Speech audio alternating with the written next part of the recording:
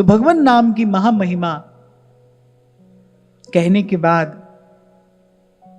फिर शौनकादि ऋषियों ने संतों की महिमा कही है। यत्पाद संशयाः सूत मुनयः प्रशमायनाः सद्यः पुनन्त उपस्पृष्टाः स्वरधुन्या पुंसेवया।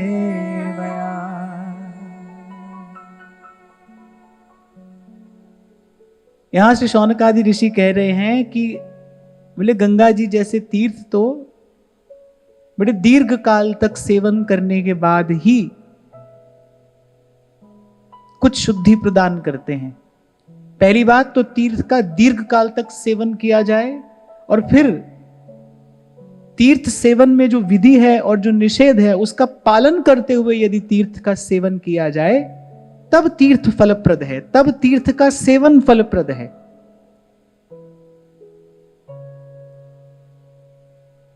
पर यहां कह रहे हैं संत ऐसे तीर्थ हैं कि कोई किसी भी भाव से एक बार उनके सानिध्य में उनके निकट पहुंच जाए, लेकिन कुछ ना कुछ तो प्राप्त करता ही है। संत उदाहरण देते हैं, कहते हैं कि जैसे चंदन के वृक्ष को जो काटने जाता है, हाथ में कुल्हाड़ी लेकर जो चंदन के वृक्ष को काटने जा रहा है, बोले सुगंध तो चंदन का वृक्ष उसको भी देता है। सुगंधित वायु, थोड़ी शीतलता उसको भी प्राप्त होती है। यहां कहने का तात्पर्य यह है, जो मैं कई बार आपसे निवेदन करता हूं, कि तीर्थ का स्नान अच्छा है, तीर्थ का सेवन अच्छा है, पर तीर्थ नहाए एक फल, ये स्मरण रहे। उसका एक ही फल है, अधिक से अधिक एक ही फल देगा वो, और वो क्या है? पुण्य। तीर्थ नहाए एक फल, संतों ने विचार कर कहा है। और जहां से ये चर्चा आरंभ हुई, सबसे पहली बात ऋषियों ने क्या कही? भाई थोड़ा सा जीवन है, यानी अल्प सा जीवन है। मंदाः सुमंदमतयो मंदभाग्या युपद्रुताः। थोड़ा सा जीवन, कह रहे वो भी आधियों व्याधियों से भरा हुआ है, वो भी अनेक अनेक प्रकार की विघ्न बाधाओं से भरा हुआ है। थोड़ी सी बुद्धि, और उसमें भी जाने कितने विक्षेप हैं, कितना मन चंचल है। और फिर कह रहे हैं, जब इन शास्त्रों पुराणों की ओर देखते हैं, कह रहे ये तो बिल्कुल समुद्र के जैसे हैं। एक भी शास्त्र को पूरे जीवन में सम्यक प्रकार से समझ पाना सरल नहीं है। आप शास्त्र चिंतन करना आरंभ करो, आपको वहां कोई कैसी बात कहता मिलेगा, कोई कैसी बात कहता मिलेगा। एक विद्वान एक बात कहेगा, दूसरा आकर उसकी बात को खंडन करके अपनी कोई और बात कहेगा। समय के अनुसार शास्त्रों की भी गति, उनका भी रूप बदलता रहता है। तो ऋषि मुनियों ने कहा, भाई थोड़ा सा जीवन है, थोड़ा सा समय है, और उसमें भी समुद्र के जैसे ये सब शास्त्र हैं, इनके विचार हैं, कोई कैसे इनकी थाह पाए, कैसे मन को टिकाना मिले। तो कह रहे भाई बुद्धिमानी तो इसी में है कि ऐसा कोई संत मिले जो मेरी लाहे सगली चिंत, जो सीधे सीधे तार हरि से जोड़े। ऐसा कोई संत मिले जो तार हरि से जोड़े। फिर भाई ये तीर्थ आदि निष्फल तो नहीं है, पर एक फल है, और फिर संत मिले फल 4। आपको याद हो पहले दिन मैंने आपको कहा था कि भाई सबसे पहला पाठ तो अपने मन को यह पढ़ाना कि इन संतों के जैसा हमारा कोई और हितैषी नहीं है। यही हमारे हित की बात कहने वाले हैं, यही हमारा हित चाहने वाले हैं, यही हमारा हित करने वाले हैं। आप अपनी बुद्धि से अपना किसी को भी समझो, पर जीव का अपना तो साधु ही है, संत ही है। इसलिए व्यास जी कह रहे हो, बलिहारी संत की कियो बड़ो उपकार। इनकी बात को मान लेने में हित है, और ये कह रहे हैं, कबीर कह रहे हैं, मैं विचार कर कह रहा हूं, सार की बात तुमको निकाल कर दे रहा हूं तुम्हारे हाथ में। तीर्थ नहावे एक फल, संत मिले फल 4। और फिर ऐसा नहीं है कि तीर्थ के सेवन से जो फल मिलता हो वो संत के सेवन से ना मिलता हो, कुछ रह जाता हो। वो तो मिलता ही है, वो तो मिलता ही है। पुण्यप्रद तो ये है ही, पर संत मिले फल चार, और वो चार फल कौन से हैं? धर्म, अर्थ, काम, मोक्ष, चारों की सिद्धि कराने वाला है। क्यों? क्योंकि संत भीतर की ग्रंथि खोल देता है ना, वो भीतर की गांठ खोल देगा, वो आपकी मति को निष्काम ही कर देगा। संत का सेवन करते रहे तो मति निष्काम हो जाएगी। ये जो संसार के विषय की ओर दौड़ दौड़ के जाता है ना, मन की सारी दौड़ समाप्त हो जाती है। कल आपसे मैं कह रहा था, प्रेम स्पर्श करते ही तृप्त कर जाता है, तृप्त, सारी दौड़ समाप्त हो जाती है।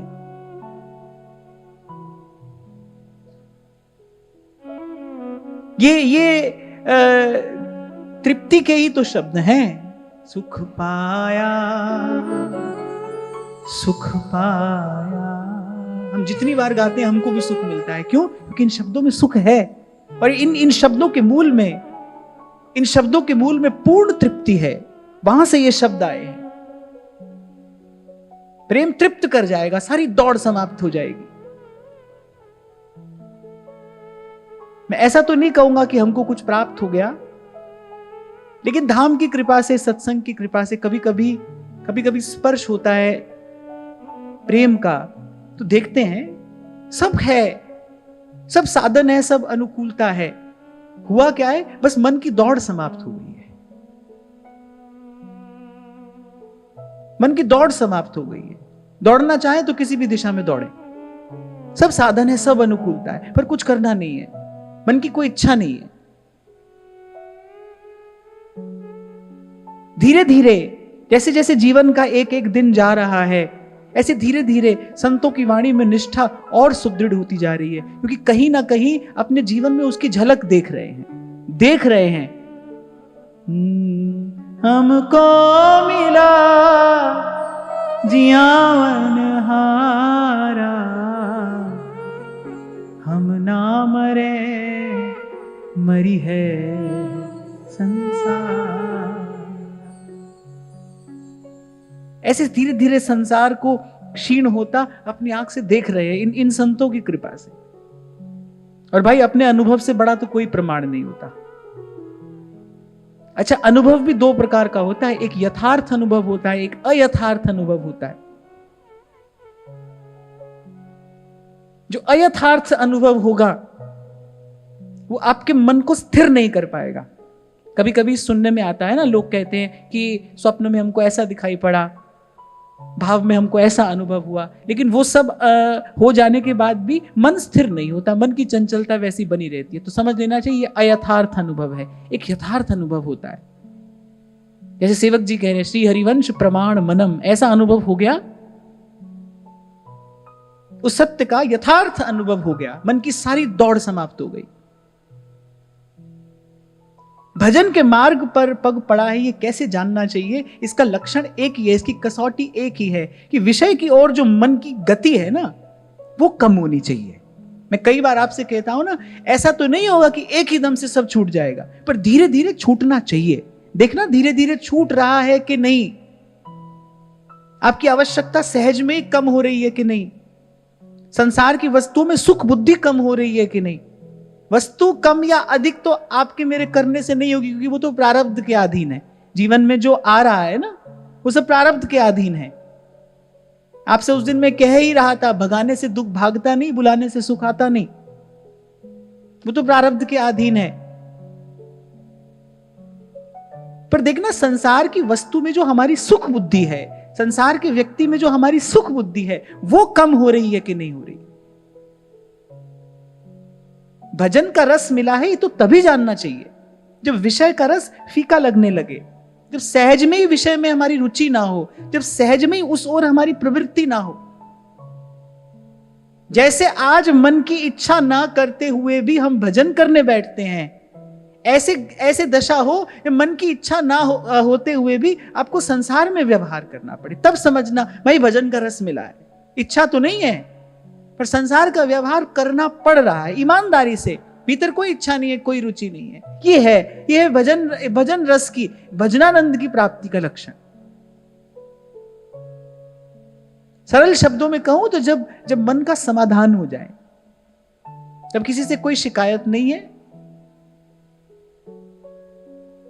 न लेना है न देना है, मन को सदा रहने वाला एक सुख, एक आनंद मिल गया है। और कोई कहने की बात नहीं है। ऐसा ना समझना कि मैं कोई आपको उपदेश दे रहा हूं, पढ़ी हुई बात आपको सुना रहा हूं। ना ना, ऐसा ही होता है और ऐसा ही होना चाहिए। रमा विलास राम अनुरागी, तुलसी बाबा कहते हैं। तजत वमन, जिस संसार के विषय में ऐसी अरुचि हो जाए। और फिर भी ध्यान रखना, जो प्रारब्ध का है वो आएगा ही। तभी तो श्री स्वामी जी महाराज कह रहे हैं, अरे अन्न मांगा आगे आवेगा। चाहे सुख हो या दुख हो, नहीं चाहोगे तो भी आएगा आएगा।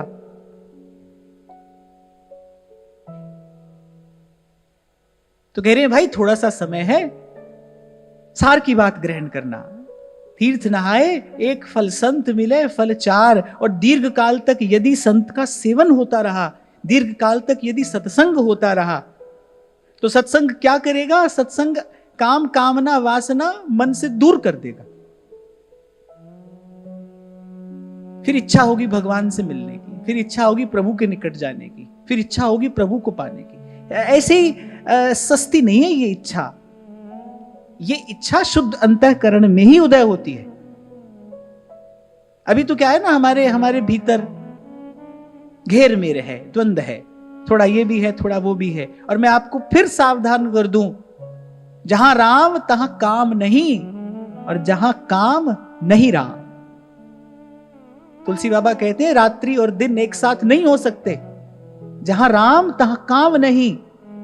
जहां भगवत मिलन की इच्छा होगी, जहां भगवत परक इच्छा होगी, वहां संसार की कामना नहीं होगी। और यदि संसार की कामना है तो समझना अभी प्रभु से मिलने की इच्छा नहीं है। हमारा अंतःकरण शुद्ध हो गया है, हमारा मन निर्मल हो गया है। इसका लक्षण ही क्या है? कैसे पहचाना जाएगा हमारा मन शुद्ध हो गया है? जब जाही न चाही कबहू कछु, तुम संग सहज सने। ये शुद्धांतःकरण का लक्षण है।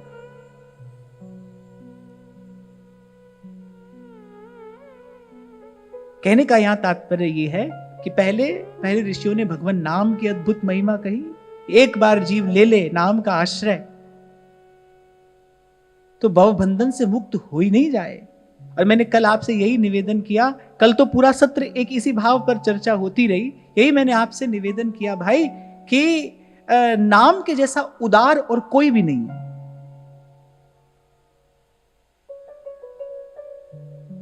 भगवान का जो विग्रह है वहां भी कुछ विधि और निषेध है। वहां भी कोई उसको स्पर्श करेगा, कोई नहीं करेगा, कोई उसके निकट जा सकता है, कोई नहीं जा सकता है।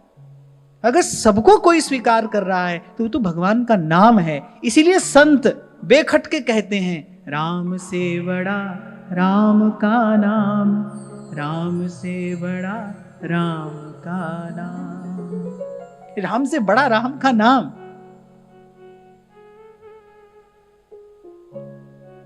मैं पिछले सत्र की बात है ना, शायद मदन टेर वाले बाबा मुझसे कह रहे थे, बोले नाम की तो सबरी महिमा है, साधु को जीवन, बोले नाम के ही तो सहारे है, नाम के ही तो भरोसे है। बोले अब तुम हमको यूं बताओ, काऊ ने देखी है का राधा रानी? और तो ब्रजवासी बाबा है, सीधी सट्ट बात करता है। बोले काऊ ने देखी है राधा रानी? बोले नाम ही तो है, सब नाम की ही तो महिमा है।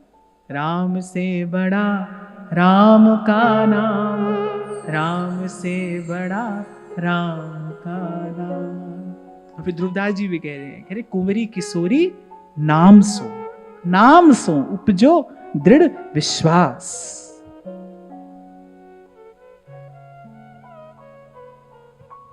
अरे मन की सारी उछल कूद समाप्त हो जाती है जब नाम का अमृत इस आत्मा को स्पर्श करता है। कैसे होगा? रटते रहो। नाम में साधारण बुद्धि नहीं करनी चाहिए। नाम में शब्द बुद्धि ना हो, नाम में साधारण बुद्धि ना हो, नाम में साधन बुद्धि ना हो। ऐसे संसार में तो क्या है ना, कैसे कैसे लोग हैं, कैसे कैसे उनके प्रश्न हैं। शायद आपको मैंने कहा था ना एक बार, कोई बालक बोला ऐसे कैसे होगा? रसगुल्ला करने से रसगुल्ला हो जाता है क्या? रसगुल्ला मिल जाता है क्या? मैंने कहा पहले तो इसको कोई समझाओ, राम और रसगुल्ले को एक समझ रहा है, कैसी बुद्धि भगवान ने इसको दी है। फिर मैंने कहा भाई रसगुल्ला रसगुल्ला करने से रसगुल्ला तो नहीं होता, रसगुल्ला रसगुल्ला करने से मुंह में पानी तो आता है, रसगुल्ला खाने की इच्छा तो होती है। मैंने कहा ऐसे ही राम राम करने से राम से मिलने की इच्छा हो जाती है, और राम से मिलने की इच्छा जब होती है बाकी सारी इच्छाएं समाप्त हो जाती हैं।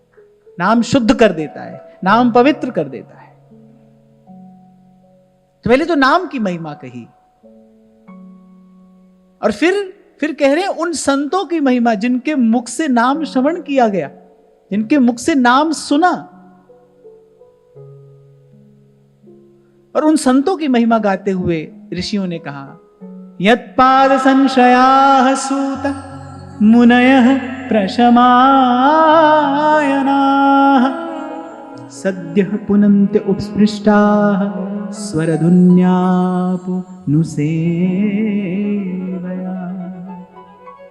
बहुत ध्यान से सुनना, कह रहे संत जिसके स्पर्श मात्र से जीव पवित्र हो जाता है। संत का स्पर्श माने संत के भाव का, संत के विचार का जब अंतःकरण को स्पर्श होता है। आप जैसे बोलचाल में भी आप कह देते हो ना कि अमुक व्यक्ति की बात हमारे दिल को छू गई, किसी ने हमारे हृदय को छू लेने वाली बात कही। ऐसे कभी कभी संत का शब्द आपकी आत्मा का स्पर्श करता है जाकर, और मैं कहता हूं आत्मा तक पहुंचने की सामर्थ्य संत के ही शब्द की है।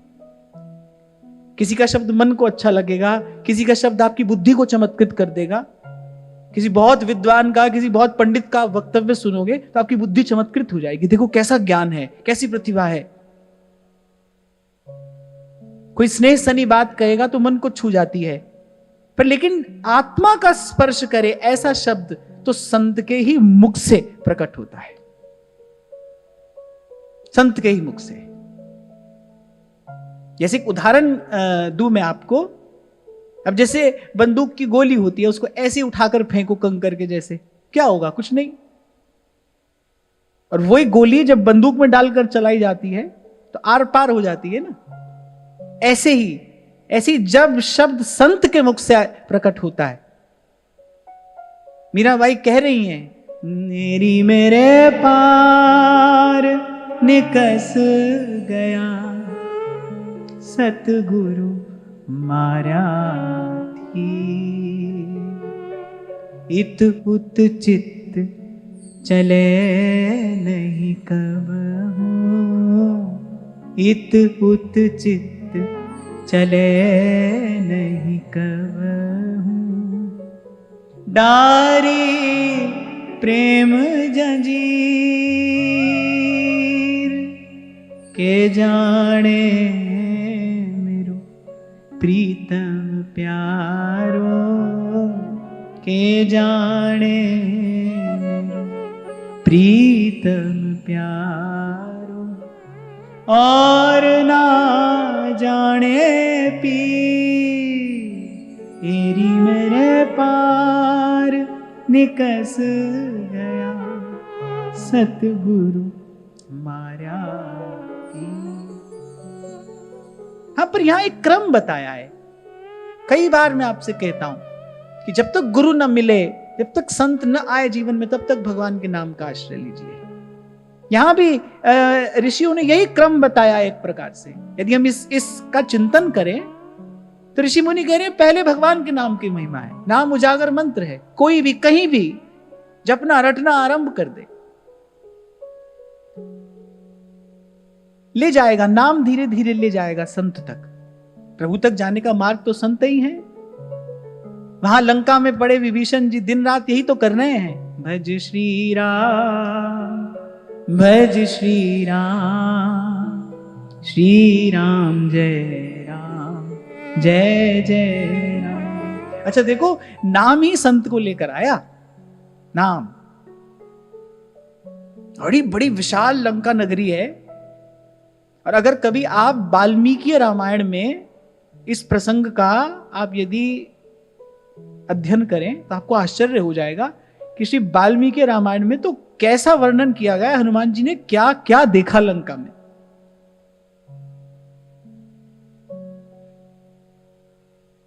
पहुंचे कैसे? अरे कान में भगवान का नाम पड़ा, हनुमान जी के कान में ये कीर्तन का स्वर पड़ा, कोई कीर्तन कर रहा है, भज श्री राम, भज श्री राम, श्री राम जय राम, जय जय राम। इसलिए आपसे कहता हूं भाई, जहां हो वहीं पर रहकर आप नाम का आश्रय लो, नाम को पकड़ो, नाम जपो, नाम रटो, संत आ जाएगा, आप तक आएगा। हम संत को नहीं ढूंढ सकते, और वैसे भी बहती धारा तो संत है, मुद मंगल में संत समाजू, जो जग जंगम तीर्थ राजू, वो आएगा आपका द्वार खटखटा देगा। हनुमान जी आ गए, कीर्तन सुनकर आ गए। पहले स्वर कान में पड़ा, देखा कहां से ये स्वर आ रहा है। तो स्वामी जी लिख रहे हैं, लंका निशिचर निकर निवासा। हनुमान जी ने कहा यहां भी कोई सज्जन रहता है। सज्जन शब्द जो है ना, वो सत्य जन है, सत्य जन। यहां भी कोई सच्चा आदमी रहता है। लंका निशिचर निकर निवासा, यहां कहां सज्जन करिवासा। फिर देखा किस किस दिशा से ये स्वर आ रहा है, उसका अनुगमन करते करते पहुंचे। फिर देखा बड़ी सुंदर कुटिया है, तुलसी का थामला है, शंख चक्र गदा पद्म आदि से विभूषित मुख्य द्वार है। तब हनुमान जी भीतर गए, फिर विभीषण जी का दर्शन हुआ। नाम लेकर आया, पहले नाम है, नाम संत को ले आएगा। कल विश्राम के क्षणों में मैं यही आपको सुना रहा था ना, जनाबाई विट्ठल विट्ठल करती रही, कबीर जी गए उनका दर्शन करने। बड़े बड़े संत जा रहे हैं जनाबाई का दर्शन करने, और वो बेचारी कुछ जानती नहीं, वो तो कुछ नहीं जानती है अपने विट्ठल के सिवा। एक शब्द मिल गया, जैसे हमारे सेवक जी कह रहे, एक शब्द हरिवंश नाम राख्यो समीप गए। और मैं आपको बताऊं भाई, जीवन बड़ा सरल सुगम हो जाता है जब सारे विकल्प समाप्त हो जाते हैं। बुद्धि का सारा द्वंद्व ही तो समाप्त हो जाता है, कोई रास्ता है ही नहीं। और यही सोचिए, यही विचारिए भाई, एक भगवान का नाम ही एकमात्र मार्ग है, और कोई मार्ग है ही नहीं, हमको लेना भी नहीं। एक मार्ग, मन चित्त की वृत्ति अनन्य तभी तो होगी जब पहले आप एक मार्ग चुनोगे। सुबह ये किया, शाम को ये किया, आज ये किया, कल वो किया। संसार में भी मन भटक रहा है, यहां भी मन भटक रहा है। मन का भटकना तो एक सा है।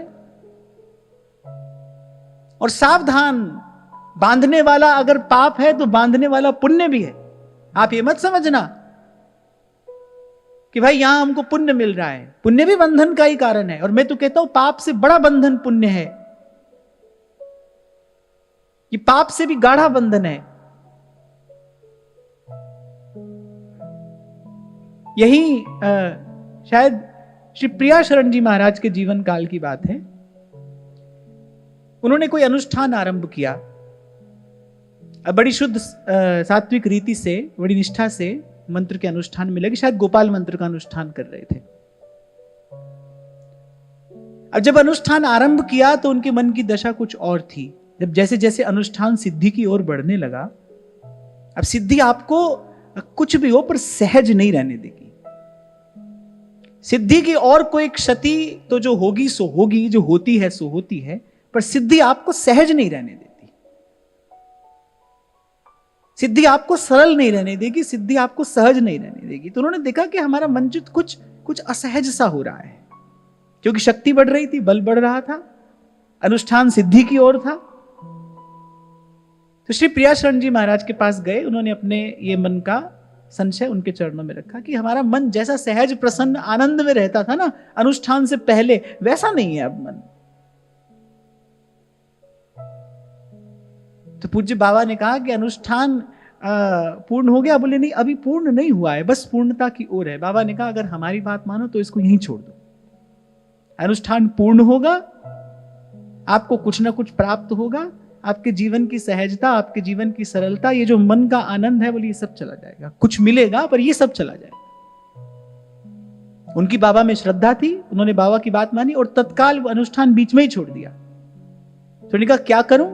बाबा ने कहा सीधे सीधे श्री जी का नाम जपिए, बस नाम रटो। बाबा ने यही उपदेश किया, पहले छोड़ो ये मंत्र का अनुष्ठान, यही छोड़ो, नाम रटो, नाम जपो। पहले नाम है, फिर ले आएगा नाम, संत को ले आएगा आप तक। और संत आ गए तो संत मिले फल चार। संत तो लोक परलोक दोनों को ही सुधारने वाला है, बनाने वाला है,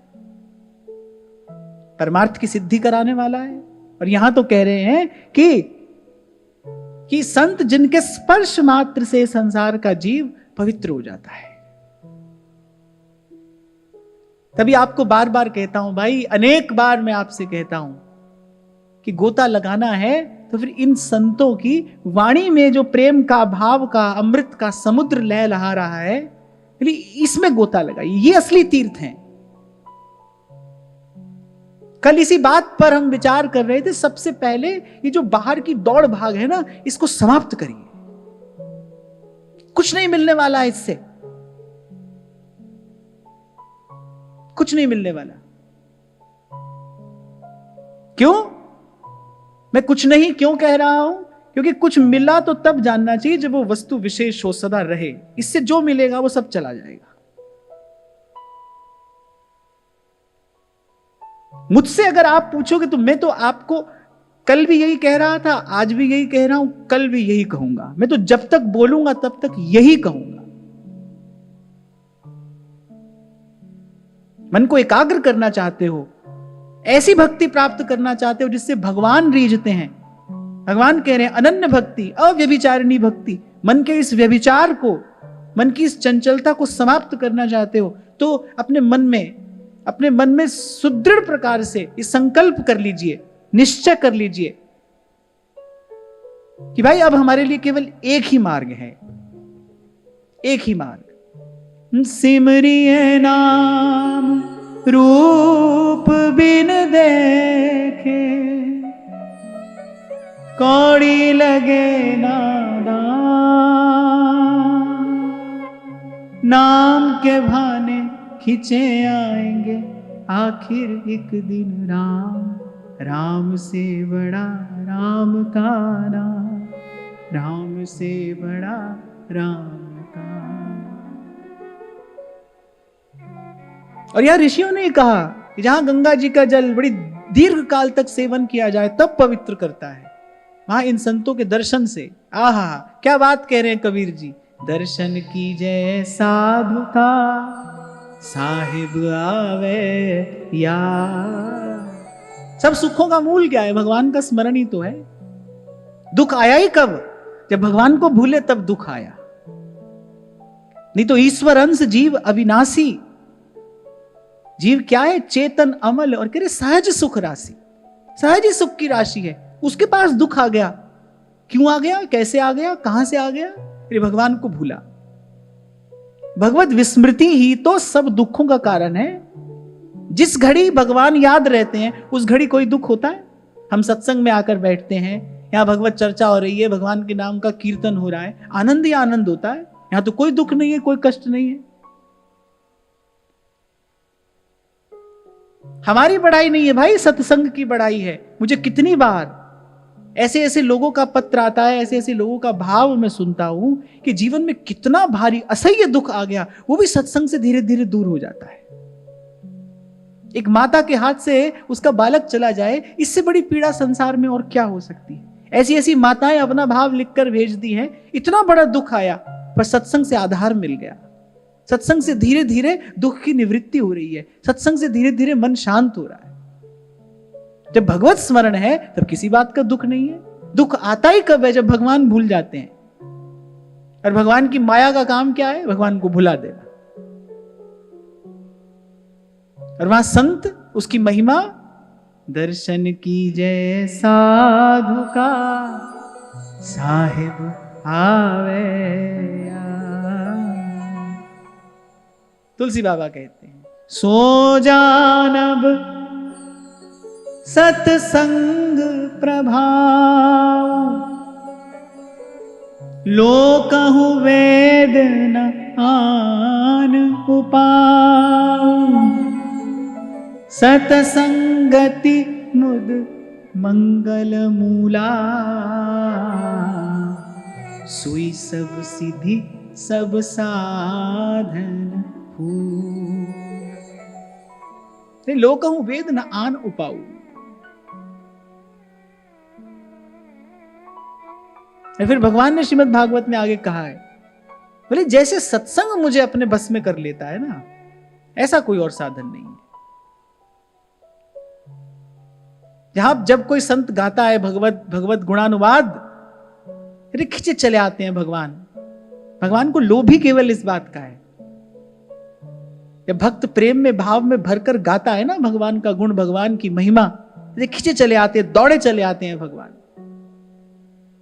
मैंने जब श्री नाथ द्वारा में श्री सूरदास जी का चरित्र चिंतन किया तो मैंने सबसे पहली बात यही कही थी। सूरदास जी से परिचय कैसे हुआ, एक चित्र देखा था, सूरदास जी हाथ में तंबूरा लेकर गा रहे हैं और गोपाल जी पास में ऐसे बैठे सुन रहे हैं। ऐसे जब भक्त गाते हैं, भगवान कह रहे हैं ना हम वसामि वैकुंठे योगिनाम हृदयेन च मद्भक्ता यत्र गायन्ति तत्र तिष्ठामि नारद। और भगवान तो कह रहे भाई हम खड़े खड़े सुनते हैं, बैठते भी नहीं, खड़े खड़े सुनते हैं। तत्र तिष्ठामि नारद। ताहाँ वैकुंठ जहां कीर्तन तेरा, आपे सरधा ल्यावे,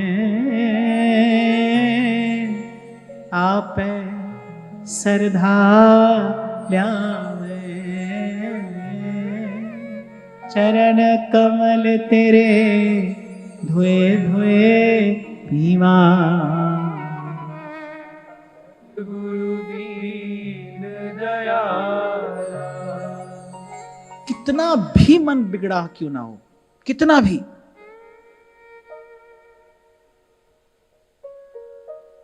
एक बार बस किसी संत के पास पहुंच जाए।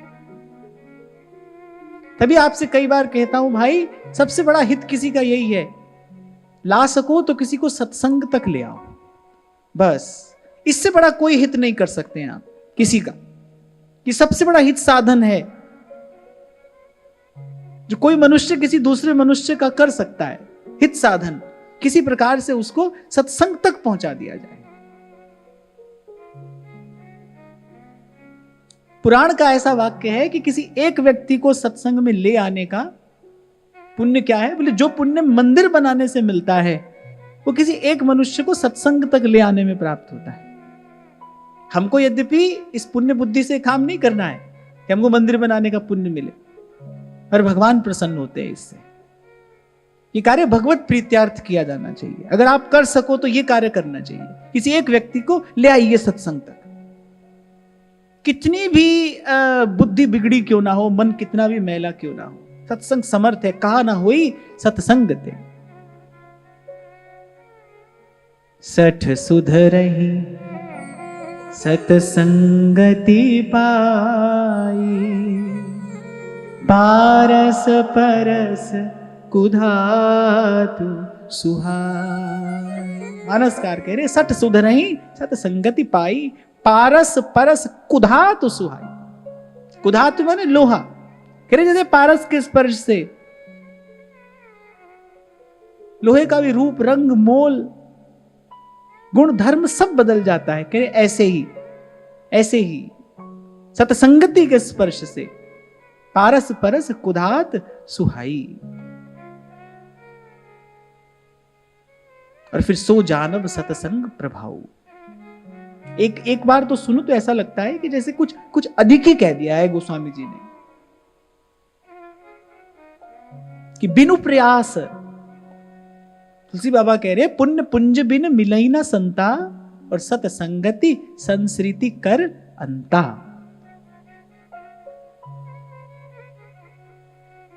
व्यास जी कहते हैं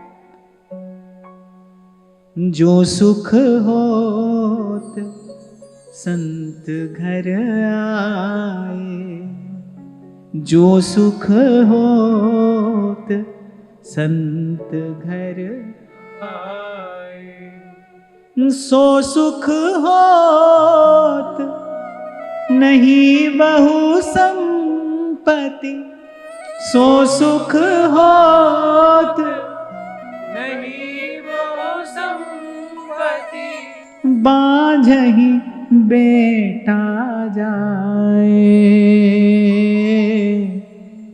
पांझही बेटा जाए, जो सुख होत संत घर आए, जो सुख होत संत घर आए। व्यास जी जानते हैं सत्संग का सुख क्या है, इसलिए व्यास जी ने तो भगवान के किसी अवतार को अपना इष्ट माना ही नहीं।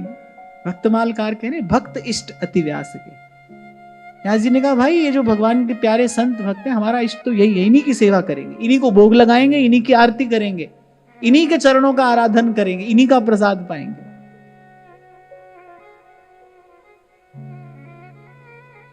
मैं तो कई बार सोचता हूं कि देखो कुछ तो मिला ना, कुछ तो मिला। श्री कबीर जी जैसे महापुरुष, बड़ी लंबी अवस्था कबीर जी ने पाई, और अंत में तो ये कहने लगे थे, मास गया पिंजर रहा। यानी इतना इतना जर्जर हो गया था उनका शरीर, ताकन लागे का साहिब जहुनाया, सखी मंद हमारे भाई। तभी तो कह रहे हैं जहां मरने से जग डरे।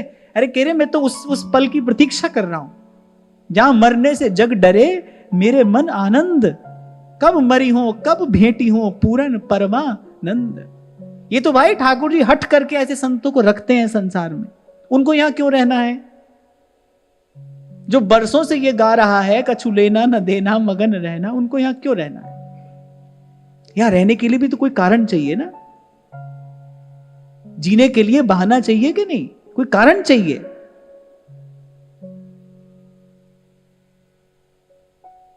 अपने छोटे से अनुभव से आपको ये बात कह रहा हूं कि ये प्रभु की व्यवस्था है। प्रभु कहीं ना कहीं कोई ना कोई एक तार संत का जोड़े रखते हैं यहां बाहर कहीं संसार से। अगर ऐसा न हो और संत डूब जाए उस परमानंद में, फिर संत से होने वाला कार्य कैसे होगा? वो कार्य कैसे होगा? एक उदाहरण में दिया करता हूं कि भाई घी जरूरी है दीपक जलाने के लिए, लेकिन अगर बाती को पूरा का पूरा घी में डुबो दिया जाए तो दीपक नहीं जलता है, थोड़ी बाती बाहर रहती है ना, उसका एक किनारा बाहर रहता है। ऐसे ही ऐसी कोई एक डोर ठाकुर जी बाहर बांध देते हैं, तभी रहता है संत यहां पर। इसीलिए कभी भी संत के आचरण को देखकर मन में कोई प्रश्न नहीं लाना चाहिए, पता नहीं भाई भगवान की क्या इच्छा हो, भगवान की क्या लीला हो।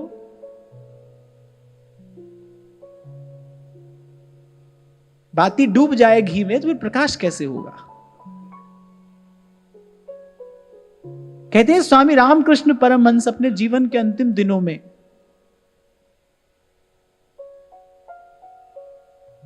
भोजन में उनका बड़ा प्रेम हो गया। मां शारदा से कहते थे अरे ये बनाओ वो बनाओ, भोजन के लिए लालायित रहते थे। मां शारदा को संकोच होता था कि अरे कैसे कैसे कैसे विद्वान, कैसे कैसे साधक आपके पास यहां सत्संग में आकर बैठते हैं और आप कैसे बालक की तरह भोजन के लिए अधीर हो जाते हैं। उनको थोड़ा संकोच होता था। एक दिन उन्होंने मां शारदा से कहा, बोले जिस दिन हमारी ये लालसा भी समाप्त हो जाएगी, उसके पश्चात हम शरीर धारण नहीं कर पाएंगे। इस शरीर को धारण करने के लिए कोई ना कोई तंतु हमारा यहां से बंधा रहना आवश्यक है।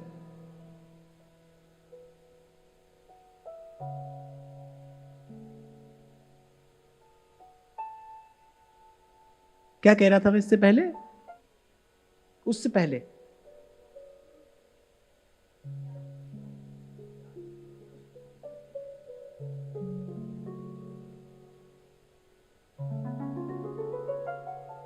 किसी को भी याद नहीं है।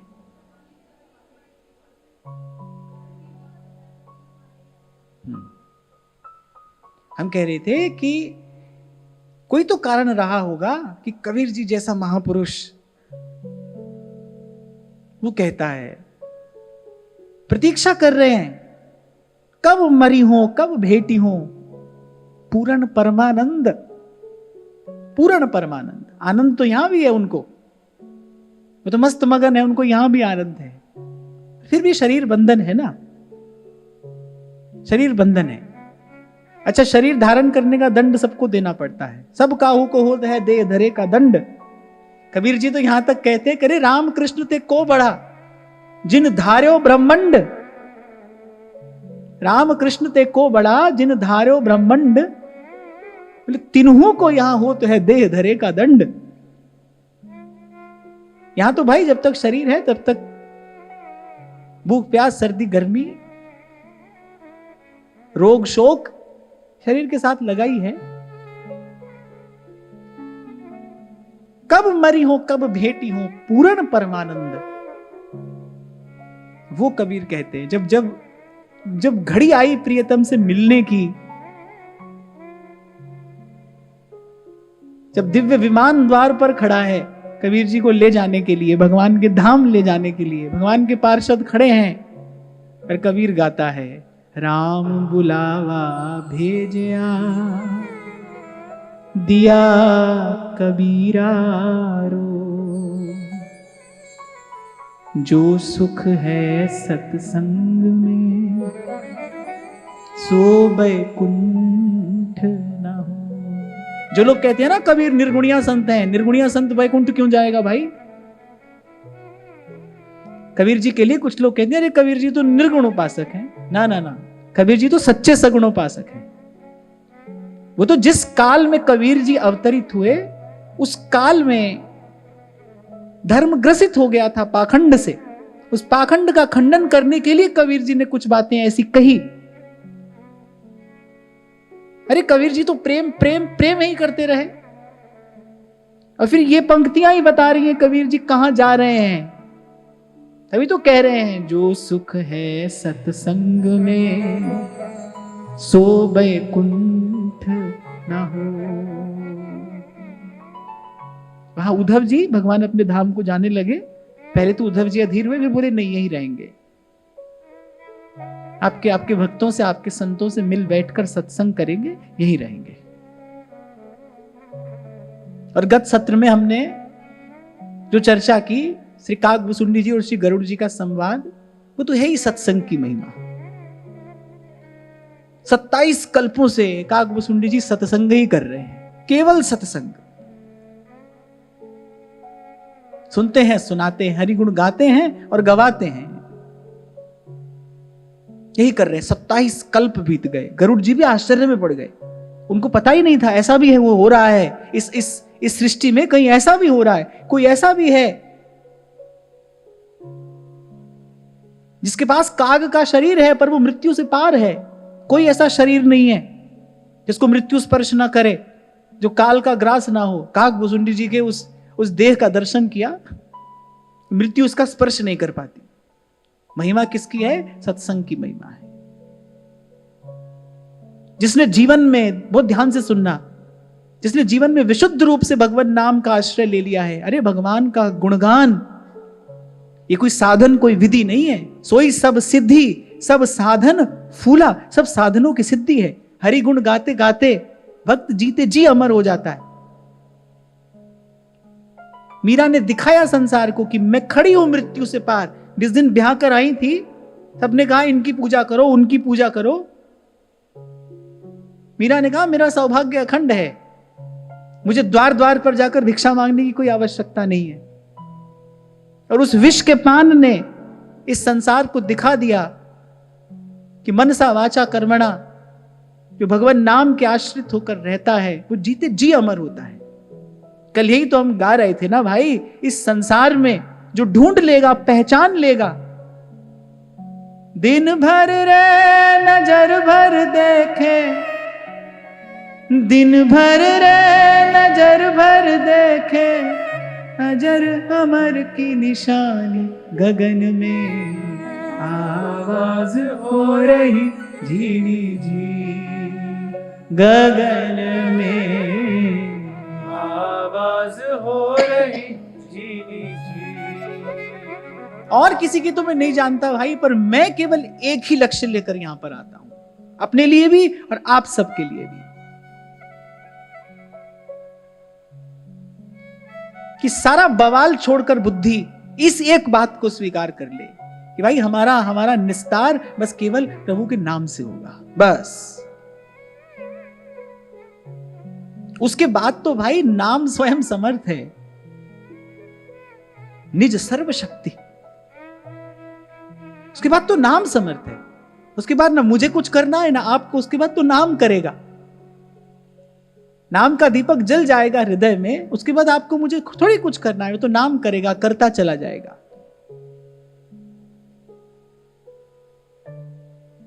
पर जैसे हमारी नाम में निष्ठा, प्रीति, जैसा हमारा अनुराग नाम में होना चाहिए ना, वैसा अभी है नहीं। सेवक जी महाराज कह रहे, प्रीति सहित यह नाम कहाई, संतत सकल सुनहु चित लाई।